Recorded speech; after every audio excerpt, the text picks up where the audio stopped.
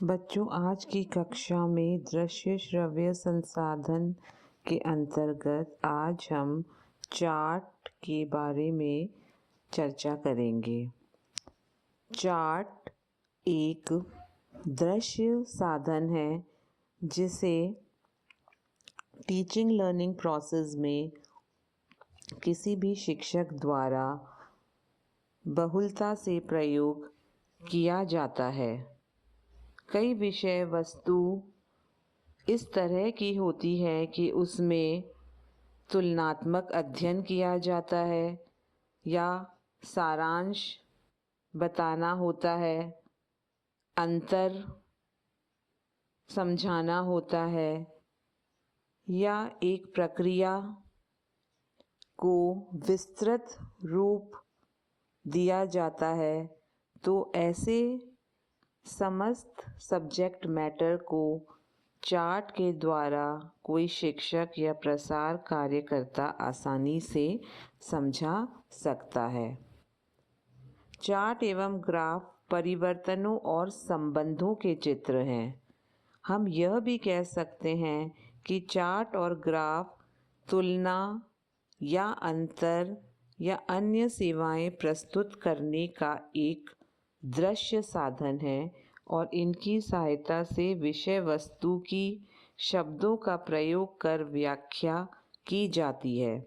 वास्तव रूप में तो ये तथ्यों, आंकड़ों या विचारों का चित्रित प्रतिनिधित्व करते हैं। चार्ट एवं ग्राफ में विचारों की श्रृंखला होती है।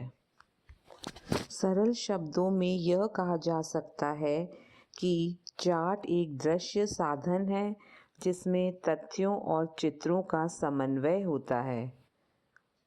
शिक्षण प्रक्रिया के अंतर्गत चार्ट सर्वाधिक प्रयोग होने वाली सामग्री है और इसमें संकेत, शब्द, चित्र तथा रेखाओं का सम्मिश्रण होता है। अच्छे चार्ट में लेख सुंदर, सरल, आकर्षक और प्रभावशाली होता है। चार्ट के उपयोग में यह जानना भी आवश्यक है कि चार्ट का प्रयोग सावधानीपूर्वक करना चाहिए, क्योंकि हर चार्ट का अपना अलग ही महत्व होता है। साथ ही चार्ट का आकार ऐसा होना चाहिए कि वे कक्षा के या समूह के सभी छात्रों और सदस्यों को दिखाई दे और उपयुक्त प्रकाश की व्यवस्था उस स्थान पर होनी आवश्यक है। चार्ट पर खींची गई रेखाएं बोल्ड हो, साथ ही उस पर लिखे गए अक्षर साफ दिखाई देने वाले और समझने योग्य होने चाहिए। चार्ट बनाते समय यह भी ध्यान रखना आवश्यक है कि चार्ट में उपयुक्त स्थान छोड़ा जाए जिससे कि चार्ट में बहुत अधिक तथ्यों और शब्दों का संकलन नहीं होना चाहिए। तात्पर्य यह है कि चार्ट में बहुत सारी सामग्री न भरें और काफ़ी जगह छोड़ें। चार्ट को बहुत सरल बनाने का प्रयास करें। एक बार में एक ही विचार प्रदर्शित किया जाना चाहिए। बहुत सारे विचारों के एक साथ प्रस्तुतिकरण के कारण दर्शक भ्रमित हो जाते हैं। चार्ट बनाने के लिए सदैव चौड़ी शीट का ही उपयोग करें। अनावश्यक वर्णन देकर चार्ट को बोझिल न बनाएं। बड़े से छोटे या छोटे से बड़े चित्रों की प्रस्तुति में तर्क संगत क्रम बनाए रखें। चार्ट ऐसा बनाएं कि देखने वाले की आँखों को अच्छा लगे। उसमें समानुपात रखें।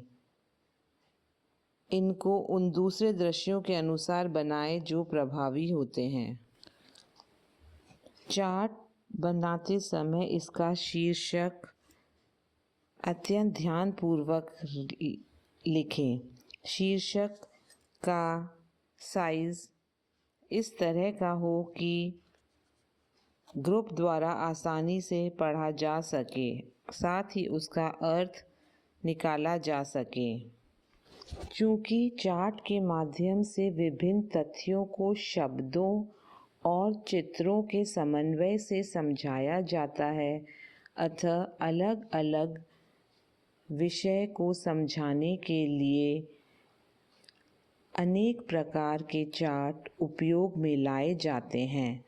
अब हम एक एक करके विभिन्न प्रकार के चार्ट्स के बारे में बात करेंगे।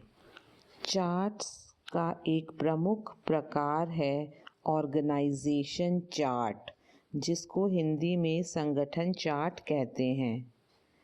यह वह चार्ट है जो किसी संगठन या प्रशासकीय संबंधों को प्रदर्शित करने के लिए किया जाता है।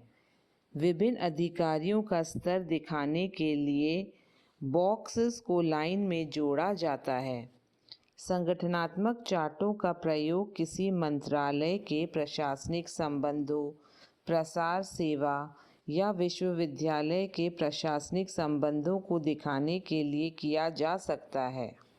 उदाहरण के लिए आप अपने विद्यालय या महाविद्यालय के संगठनात्मक स्वरूप को इस संगठनात्मक चार्ट के माध्यम से आसानी से समझा सकते हैं कि किस तरह प्राचार्य से लेकर पियोन या 4th क्लास वर्कर्स तक के स्तर एक दूसरे से जुड़े हुए हैं।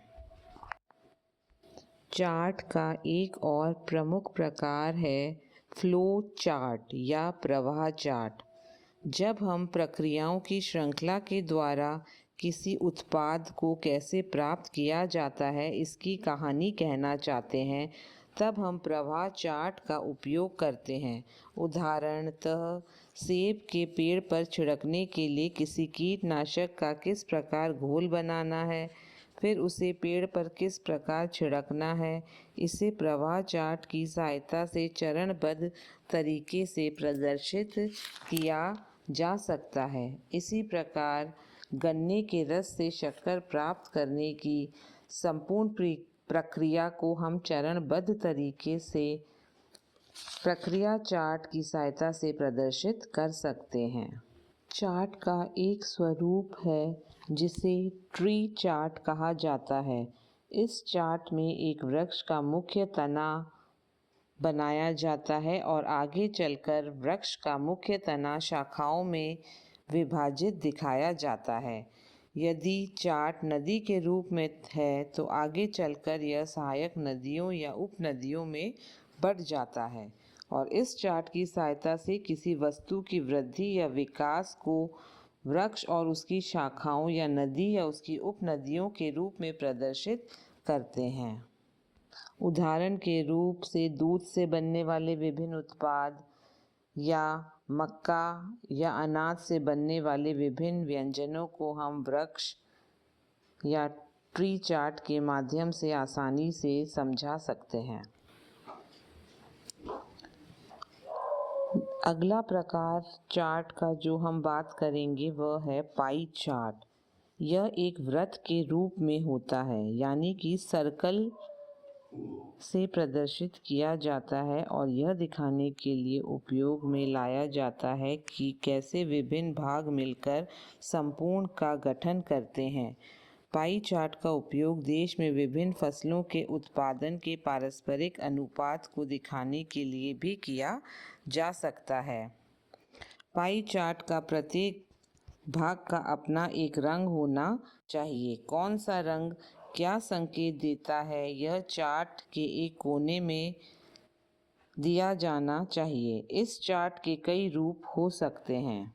चूँकि किसी भी विषय को चित्रों के माध्यम से आसानी से समझाया जा सकता है, इसलिए चार्ट का एक प्रमुख प्रकार पिक्चर चार्ट भी है, इसमें दर्शक के किसी बात के हर पहलू को स्पष्ट रूप से समझाने के लिए चित्रित संवाद को शीघ्रता से समझने के लिए व्यंग चित्र या किसी के अन्य चित्रों का प्रयोग में लाया जा सकता है। हर एक संकेत का व्यवहार मात्रा को दर्शाने के लिए किया जा सकता है, जैसे विभिन्न वर्षों में किसी महिला समूह के द्वारा कितनी आय अर्जित की गई है।